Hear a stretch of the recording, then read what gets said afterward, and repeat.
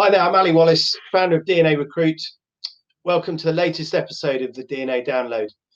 So being a leader within the agency world is hard. When you get it right, there's no better environment to thrive in, but it takes resilience and deep understanding of how you continuously adapt and react. That's why we created this podcast, to help agency leaders share their experience, advice, and tips with others so you can accelerate your agency's growth. So I'm extremely excited to be joined today by Jamie Matthews, CEO of Initials, who are one of the UK's fastest growing independent creative agencies and do some amazing work. They use a unique approach called the collective experience, which I'll let Jamie tell you a little bit more about later on. But first of all, Jamie, welcome and thank you. How are you today? Very good, Ali. Very good. Yeah, good, good form. Looking forward to this. Excellent. So, Jamie, what I'd love to do first of all is just go back to your past, and generally, first of all, just give us a bit of an intro about your background and where you how you got into the marketing industry. Okay. I took a fairly traditional route versus today. I'd say I did a business degree with a marketing focus on it.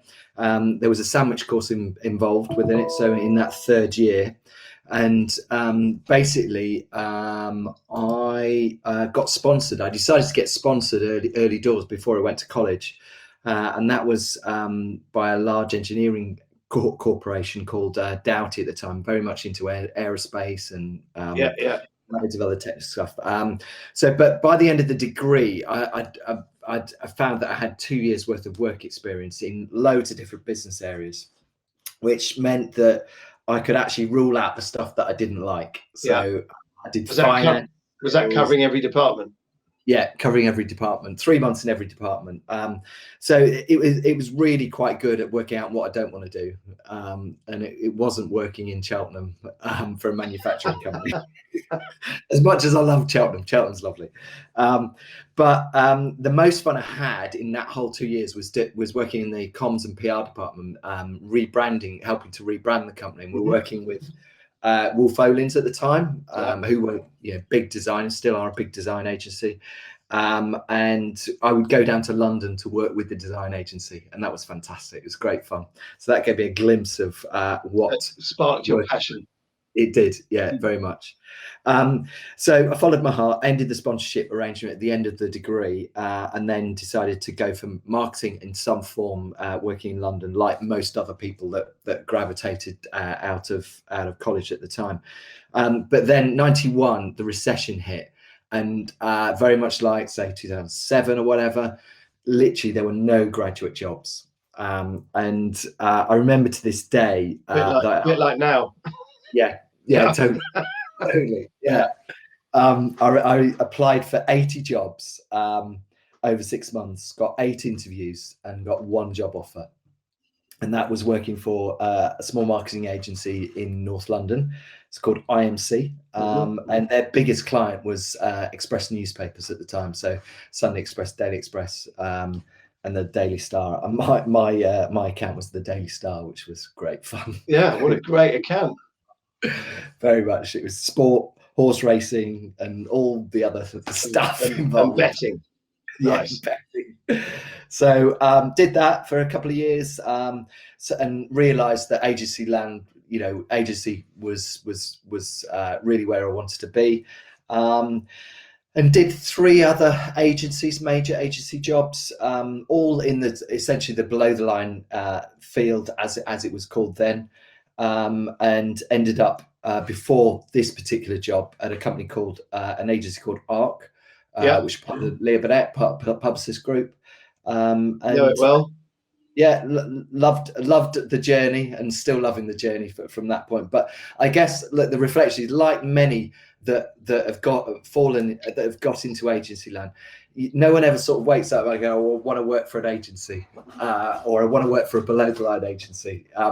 Very much, they gravitate towards, say, an advertising agency with a big name and all that sort of stuff. So very much fell into the sector like most, and then have been loving it ever since. Yeah, and so my perception of that is you went into a below the line agency. Arguably, you you become far more entrepreneurial in Yeah. that environment. Yeah, absolutely. You know, There's a massive difference. Massive difference. I still believe a huge difference between sort of the above the line world and the what was the above line, what was the below line world, and it's very much entrepreneurial spirit, very commercial, all about trying to work out how you can change consumer behavior as opposed to change what people think about the brand. yeah, So get people to do stuff rather than get people to think differently about the brand. And in that way, very much I think you're much more valuable to the client because of those skills. Because yeah, we're always focused on the commercials and go, right, well, if we spend this amount of money, yeah. what is it going to do to deliver X, Y, Z for the brand in terms of hardcore sales? Yeah. So much more focus on return on investment and payback. Yeah. So that's a perfect sort of segue into just getting an understanding of why did you set initials up? What was the light bulb moment? Tell us more. Yeah, and also then from there, just tell us a little bit more about your journey to CEO through your career. Okay, so I think I got promoted when I was about onto a board level position when I was about 32, 33 something. So I've been in agency land for about 10 years. Yeah. And that was at ARC, that was at IMP stroke ARC. And I spent about 4 years as a board director there and I think what I was starting to sort of recognize was that I'd always had an entrepreneurial spirit within me, and that I really loved that side of the role. Always looking to bend the rules, always looking to work out what could I do differently to engage with clients or bring new clients in. I think, but the trigger was I was getting increasingly frustrated with the overall agency environment that was in. It was getting bigger, it was getting more bureaucratic, it was getting much more internally focused as opposed to external focused. Yeah. So that we were serving ourselves rather than the client. The fees, etc. Everything that we costed, everything that we delivered was all around how we could do it more efficiently within, literally would liaise with traffic, with creative, with finance, and less so with the client themselves. So I became, as I said, frustrated. And I think I really sort of then began to go, right, there must be a better way than this. I'm sure if I did this by myself, I think I could create a better way in terms of creating an agency environment. And just quickly on that, do you think that was the network environment that brought that into ARC? I think it was. I don't think it was ARC's fault. I think it was just the overall group effect, the publicists, one of the big four at the time, and competing, going head to head with WPP, and we were working for global clients. But and I was going to be offered. Basically, I was going to be offered a European role where I literally just do European work and be on a plane most of the time, working, doing the European network, and then reporting also into the States as well. So a big job. Yeah, but it was a big job, but it just didn't really float my boat. I think what I felt was, whenever you do that, you come across these sort of European roles. For the first 6 months, you think it's fantastic. It's really, really exciting, and then the reality kicks in of the travel and breakfast on your own, going running around cities and yeah. Nice. So you literally just see one airport, one hotel room. And I can imagine nowadays very different role. It's going to be hugely different. You're just glued to a screen now. All day, 12 hours a day. So in terms of was there anything that you can remember that was that light bulb moment that was like, that's it? Well, Well, there was a couple of things. So talked about the European role. I started looking for a UK person to do my particular job, and it was then that I reached out to you. And, It was. yeah, Yeah, yeah, it was a good bit of sourcing there, I think, Jamie. it was, yeah. And you introduced me to a guy called Richard Barrett, Yeah. and Who I obviously used to work with and yes, work for. Yeah. yeah, you did, and we got on famously. We yeah, really hit it off from day one. But um, uh, during that time, also, it was that time that there was a lot of change going on. My old boss was leaving; he was going to set up and do his own thing. It was a guy called John Quarry. We went off to do and set up Crow. Yeah. And it was just a time of a lot of change. And then at that time, an old boss from a previous agency, a guy called Kevin Twitty, tapped me on the back and said, "Do you want to, if you ever considered doing something, let me know, because I'll be interested in investing." So, and it was at that time I was like, right, okay, if there's ever going to be a time to do this, why not? The magic moment. Yeah. So I then it was then that I then reached out to Richard. I said, right, mate, you don't want to do this job. How about doing Get about Ali. How about, you know, the idea of actually creating an agency? Because I knew he was going through a similar time at Dynamo, a lot of change, etc. And he, to be fair, he took a lot of persuading and thought about it a hell of a lot. But in the end, he made the leap, and then we set up Initials, as was in 2006. And sort of we haven't looked back ever since. So I'm CEO, he's MD. Yeah. And in terms of our roles, you know, because that's something I think you want to hear. So you know, you can put the actual titles aside. You know, we're 50-60 person company. When, you know, we're not CEOs of great big huge conglomerates. But I guess the difference is that I tend to focus on the outward facing part of the business, the external bit. Yeah. And Richard is slightly more internal focus, although he's got a very client heavy role as well. I look at 6 months beyond the business, 6 months out, and he looks at 6 months in. I look after the balance sheet, he looks after the P&L. So in that way, we're able to sort of divide and conquer and be much more complementary to each other's skills. Yeah. So you're not treading on each other's toes at the end of the day. Treading on each other's toes. And it did come to light when we it was about 2012 that we made that pure distinction, because prior to that we'd always sat next to one another, and someone would come up to us to ask one of us a question, and both of us would answer and give a different answer. Which one? So we decided to actually sit separately, you know, sit in a different place, but also at that time we went through a process of writing each other's job descriptions. You know, what are we good at? What are our strengths? What are our expertise that we really have a passionate for? And then swapped, and then we're able to go, okay, well, there's some real fresh air between those two roles, and we haven't sort of changed those roles a lot since. It'd be amazing how many people that may be listening to this who'll probably sit there and go, Jesus, we really need to do that. Because it was a brilliant exercise, Ali. It was.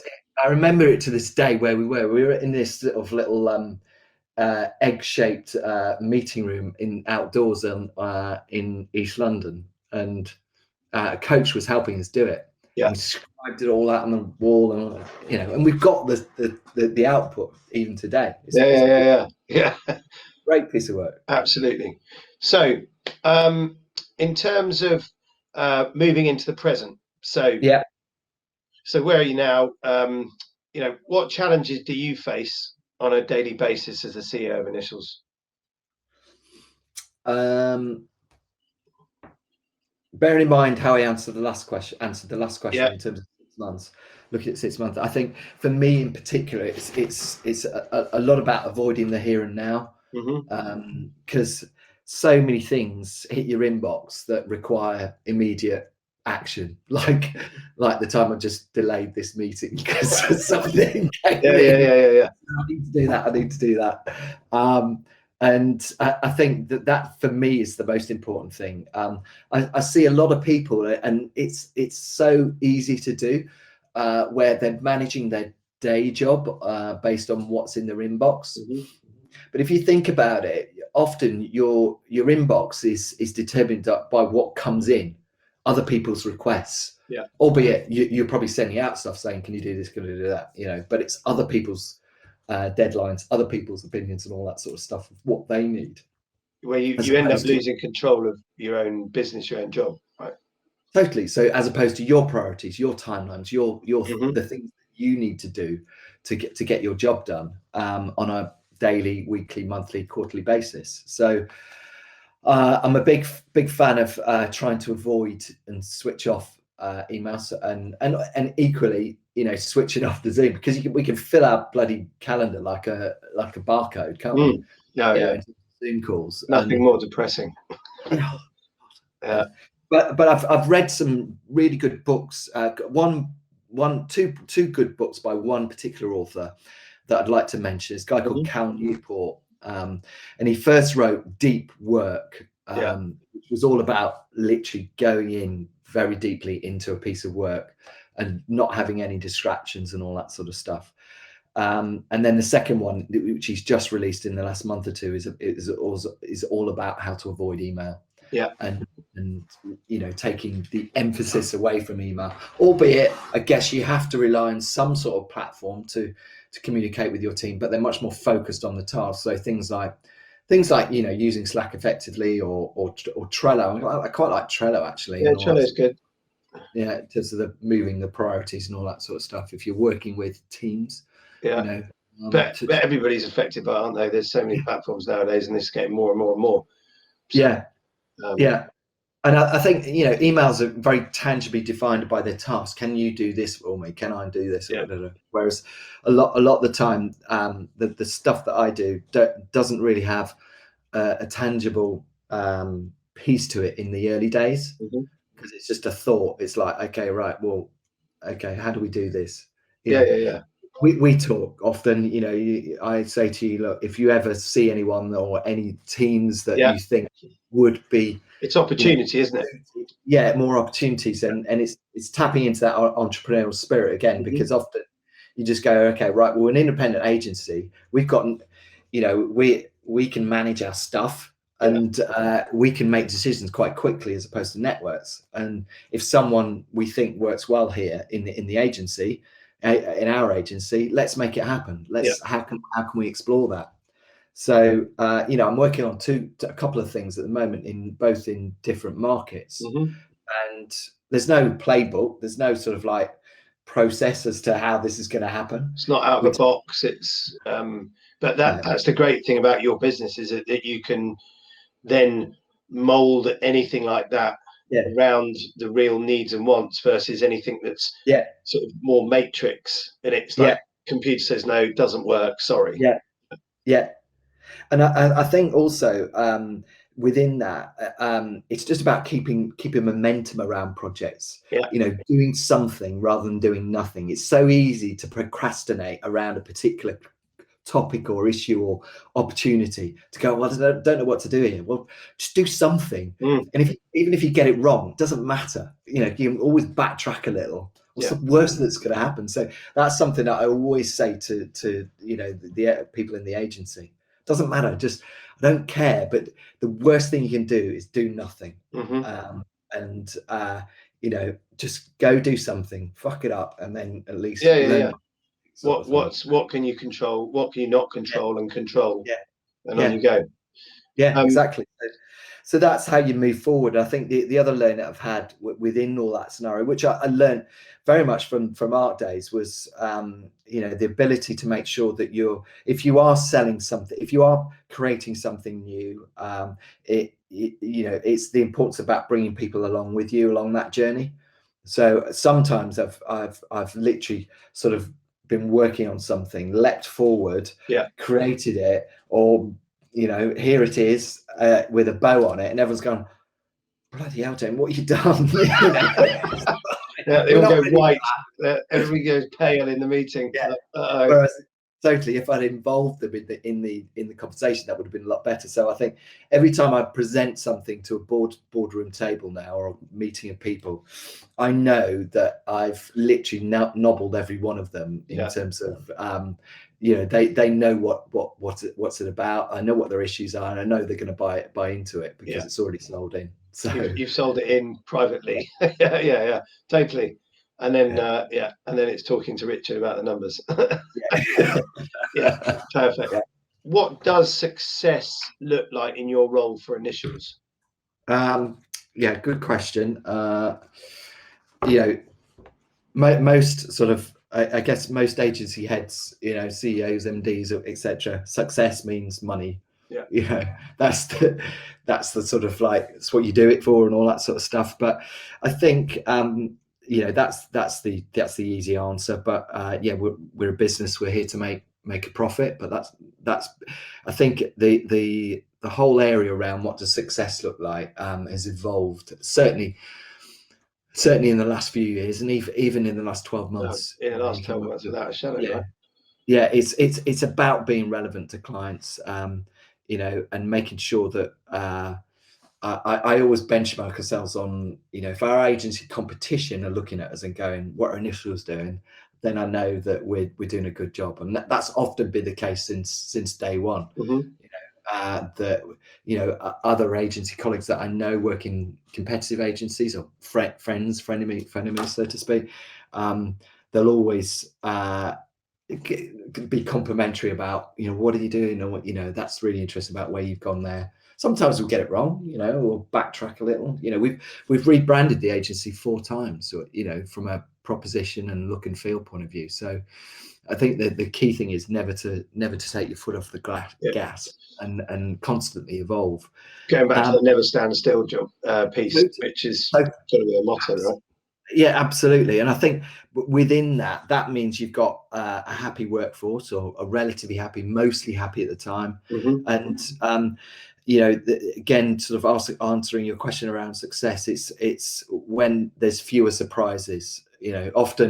Often when things aren't going wrong, you're getting surprises on a weekly basis, in terms of other clients leaving, people leaving, or anything. But if those are minimal, then you're doing a good job, because the agency's sticky and it's doing its job, sort of thing. And I think also the importance of we've always, as a business, we've always rated new business very highly within the business. Easy to say.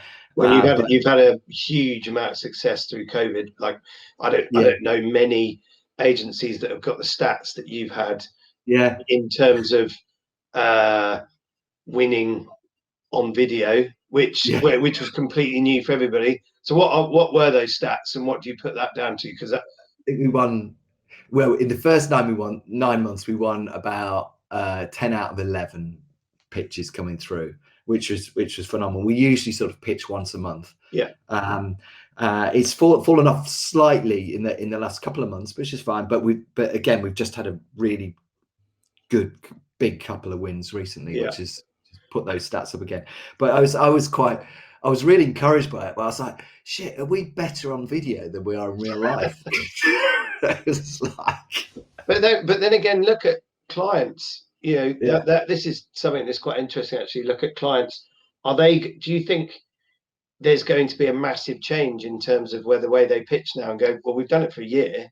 Why are we going to now change it back? And it's a totally interesting subject. We could go down rabbit hole. We could do. Sorry, But I think, just coming back, the new biz side is really important for agency morale. There's nothing like a massive, great big win to make everyone feel good. An agency marches on its morale, and you can deliver that, then, again, it really helps. But I think, it will change. I think agencies will go back before clients, just because of the bigger environments that clients work in.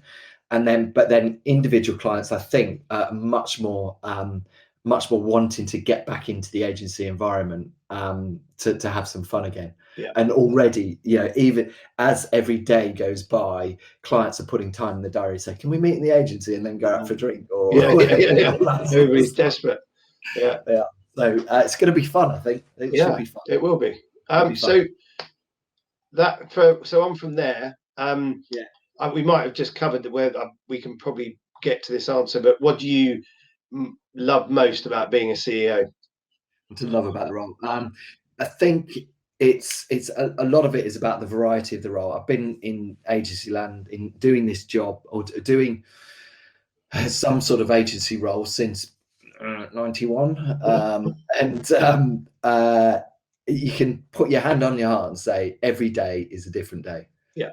And I don't think there's a lot of jobs like that you could go. It delivered you a different set of circumstances, different set of expertise, different set of challenges or whatever. And for me, that's makes you get up. A different roller coaster every day. Yeah, it is. Totally. Some you going down, some you going up. Exactly. So, Jamie, I in my typical style, I have got a couple of topical questions that I actually haven't allowed you to prepare for. But I think it's always generally good to keep people on their toes. So you've spoken recently a lot about how brands need to launch innovative solutions with precision and confidence to drive growth in 2021 and beyond. Can you just explain this a bit more into a little bit more detail to obviously the listeners listening to this, because I think it's an incredibly interesting area. So our proposition is Precision Unleashed, which is all about making sure we've got the right strategic insight to give us the most powerful creative. So those two sides of the same coin. But pretty early on in the pandemic, we overhauled all our expertise and our approach to how we would develop that work and how we would play that, how we would push that work out into the various channels. And we developed something called Connected Experiences, which is all about recognizing that the customer now, or the consumer now, is so omni-channel focused, so connected with so many different channels. And we as an agency have got to advise our clients of the appropriate channel mix to be able to help them through that. And in particular, with us all having been sat at home, I've seen the stats from Beamer or whatever to say that actually where we are now from a digital spend, digital shopping, online shopping, we've accelerated to where we would have been in 2025. So now, admittedly, it's gonna come back a little bit, but but it won't come back to 2021. It will probably go to 2023 in terms of where we should. And with that, we've all got to approach the way in which we develop marketing comms very, very differently. How important is your social platforms? How important are social commerce platforms coming through, the likes of what WeChat does in China? How important is your D2C site? And how does it tie into how does it dovetail into what you're doing with your retail customers? How is your Amazon site looking? Is it optimized? And then within all of those elements, making sure that you deliver up hopefully a seamless consumer journey for the client, for the customer to go, okay, I will dive into it from a website point of view, or I'll buy it from Amazon, or I'll buy it from a social channel, whatever it may be. Cool. Thank you. So another one. So with this in mind, how do you ensure Initials remains innovative in its offerings and ethos? Because that's a it's a tough thing to do anywhere with any business, but in the last 12 months, it's been really hard, especially when you've been doing so much. Sure.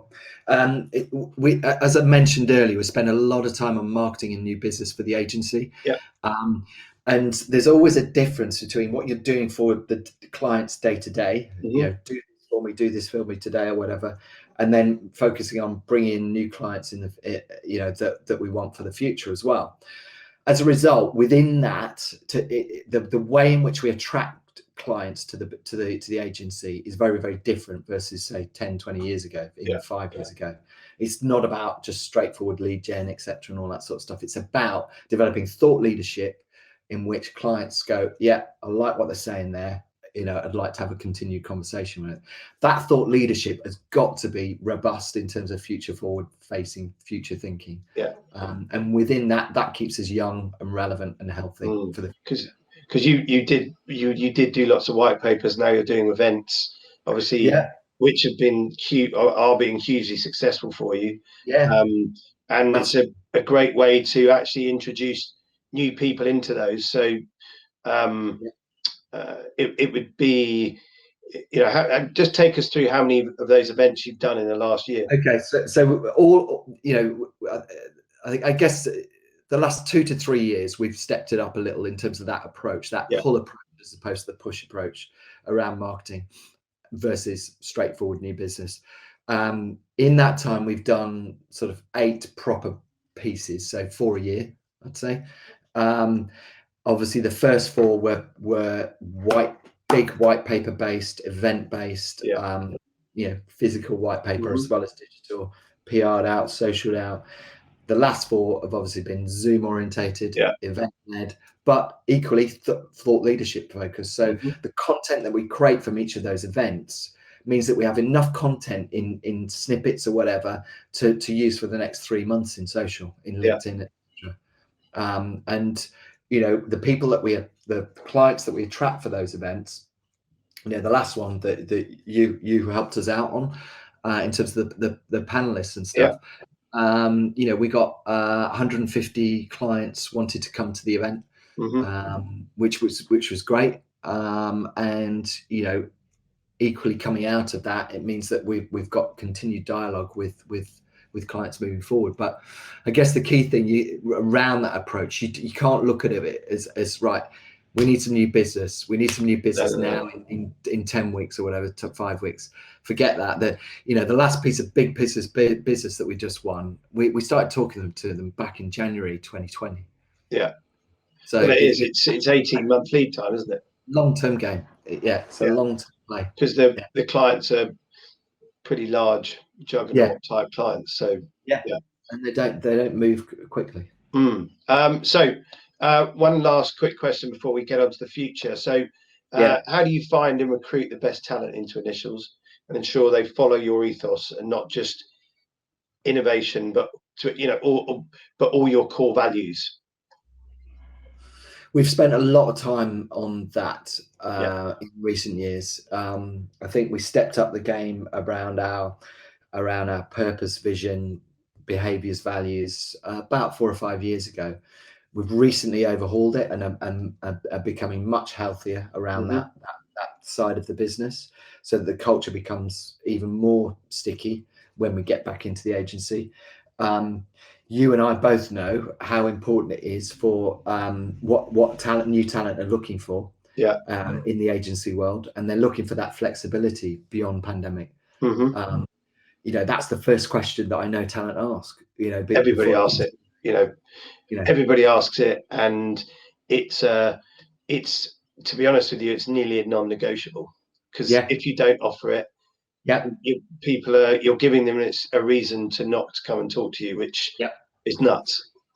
No, absolutely. Which is why we've gone out on the front foot. You can see, the likes of Goldman Sachs, Google saying, we're going back to the office, blah, blah. We've gone the other extreme. We say you can work wherever you want, when you want, how you want. Let's just work it out together. And you've got that ultimate flexibility. And that was greeted with real excitement and passion within the agency. Everyone loved it, and we were really excited to bring that alive as we come out of lockdown. And that was also accentuated by the fact that you've actually got a pretty awesome office space as well. Yeah, which is great. Yeah, we spent, rather goringly, we spent good few £100,000 on the new offices in Hope, and that was 2-3 years ago. And again, at the time, I said, look, we've got to make it tech savvy. We've got to make it the environment so that people can work in that flexibility. We put Zoom in all the rooms, put the cameras, speakers, and all that sort of stuff 2 or 3 years ago. So when pandemic happened, we were quite adapted. We were all already on Zoom Messenger and all that sort of stuff. So it was easy to do. But I think moving forward, everyone's going to enjoy the offices a lot more in a Oh yeah, much flexible way, because it's totally geared for open plan, totally geared for collaborative thinking and yeah. collaborative work. And it's the office space will become it will have a focus around generally what you're doing. People will be Yeah, being at home, getting stuff done, coming yeah, into the offices for brainstorming, working, collaborative working, and meeting people, seeing clients, having fun, networking, pretty much. yeah. Yeah. Totally. Mm. And if people are working from home, and they're not able to get in the office, then we've got the environment for them to dial in Yeah. very easily, big screens everywhere and all that sort of stuff. So, Cool. So the future. So sort of covering off sort of where you're heading. So where do you personally want to be in the next 3 years from now? We could talk for longer than that, but I don't think there's no, not it's not worth it. So 3 years is probably a good time to think where you're looking for you personally. I think around that, I think I want to be able to, in 3 years' time, I want to be able to look back to now, Yeah. to 2021, and go, yeah, we had a great COVID and we nailed it. And we learned a whole load of stuff from it that made us a better, healthier business. Mm-hmm. Rather like the experience that we went through in 8, 9, 10, Yeah. around that time. I can look back at that time and go, well, we survived it. Yeah. Yeah. Yeah. Whereas now we're a much more robust agency, we've got a lot more, a lot stronger reputation and credibility in the market. And I think you can see a lot of agencies that have gone through COVID, and some have had mediocre ones, some have had bad, some have had good. And I'd say we're more on the more positive side around the experience that we've had. So looking back and going, yeah, thumbs up, we did it. I think I'd hope that we are a much healthier and better business. And again, I don't mean to be brash, but it's not around just financial metrics. Yes, they're important, but I think it's a much more holistic way of looking at how the business is going to be in from a health point of view. Mm-hmm. So obviously sustainability, obviously D&I, but making sure that our colleagues are most importantly physically and mentally well. Yeah. And that we're in tune with that, and we know we've got the markers in place, the metrics and the measurements in place to be able to spot early warning signs, so that we can do something about it as a responsible employee. And then what certainly myself and Richard are focused on is, right, who are the future leaders within the agency that can Mm-hmm. take the agency to the next level. That's where we've certainly got a passion for and get excited about Yeah. as we move forward. When you've got I think the one thing with Initials is you've got a group of people that have, the large core have been together for a long, long time. Yeah, You are yeah, a family. There's the independent piece, but you are that. Is what I see from an outsider looking in, yeah. or a partner working with you. I think so. It's an important point you raised that in terms of for you and the job that you do. And I always say to people, if they can sort of at every point in their career, they're going to go through ups and downs, peaks and troughs. And if you can start to work out how you can sort of flatten out those peaks and troughs to make the peaks maybe not as high, but the troughs certainly not as low. Yeah. And that way, when problems come up in an agency, saying, don't just leap to legging it to the next agency, phoning you up and going, get me out of here. It's about dealing with what's in front of you, because often those trough moments are ones where the times of which you learn the most, Mm-hmm. where you just go, bloody hell, we went through that experience, and look at the amount of learning that we can now apply to the business moving forward to get us up that peak again. Absolutely. And that's going back to what you've learned in in your career, and the recessions, Brexit, blah blah blah blah blah. Yeah. And actually what what you've gained from understanding arguably now is that the economy has probably got hopefully 8 to 10 years of good running, with hopefully potentially not any ridiculous obstacles in the way. Yeah. So no, I know that, but that's what we're all hoping for, right? And Yeah. arguably with those individuals that you've got in your business, to be able to go, we've got this great opportunity now, and take the knocks and the bumps and the bruises, because there's going to hopefully be quite a lot of good peaks. Yeah, I Yeah. agree. Mm. Agree. Totally. I totally agree. So quickly on to the next one. Well, the last question really. What do you see? Where do you see the agency industry going as a whole? Because it's a brilliant industry. I've worked in it. You're in it. I obviously look to the industry is my business in the end of the day, because I wouldn't be here without it. So Yeah. where do you see it going? Because you get a lot of doom mongers, and a lot of people go, "Oh, in-housing is going to kill it," and this and that, and so it'd be really good to get your perception on that. Okay. Few points just that I'd thought about previously for this session. I think the first one, there's very much sort of like a networks versus independence. I think that the pandemic has really sort of readdressed a balance around that. Mm-hmm. There was a default for global businesses, whereas at the moment, do clients need global work when there's so many barriers up the travel, etc. Having said that, I think independents can work and create that global work just as much as networks at the moment. I think by default, in the independent sectors had a much better COVID than say the networks. The networks, yeah, and being more nimble. Yeah, I think so. I think we're more agile, and we've been able to respond much quicker. And I think long may that continue. So hopefully that's a trend that will start to play out, in a much more much stronger way moving forward. So that's one thing. I think I'd like to see the discipline lines evolve to a lot more sophisticated level. So previously I talked about the connected experience type stuff, and I think we should hopefully be defined about what we stand for rather than where we've come from. There's too much labeling still going on, too much bias, too much sort of asking, well, where is your original background?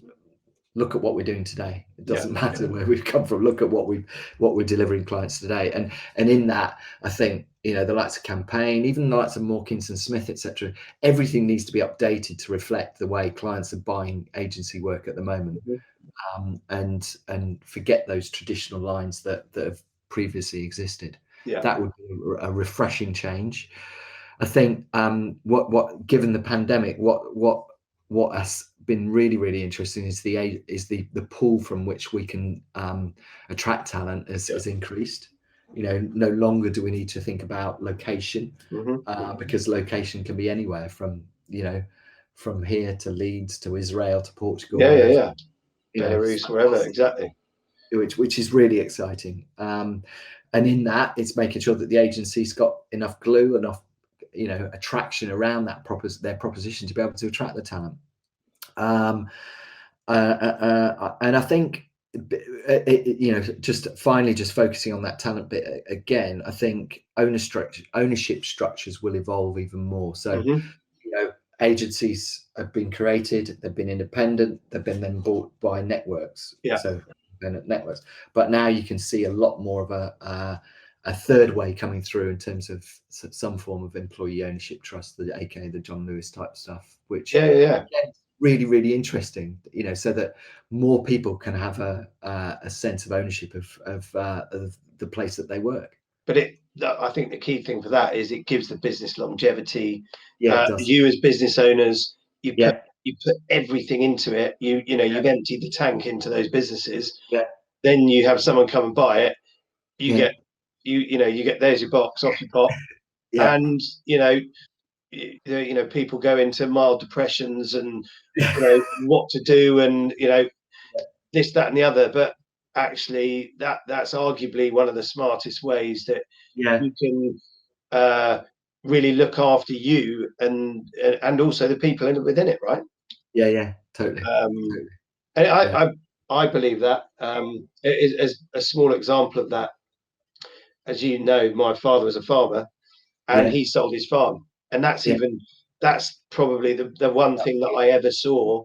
That he sold it, and it was everything from the onion of the business of the people coming onto the farm, this, that, and the other, and you lose your reason to live, and it is your life. So it's a huge part of you being a leader and where you're going to take the business, right?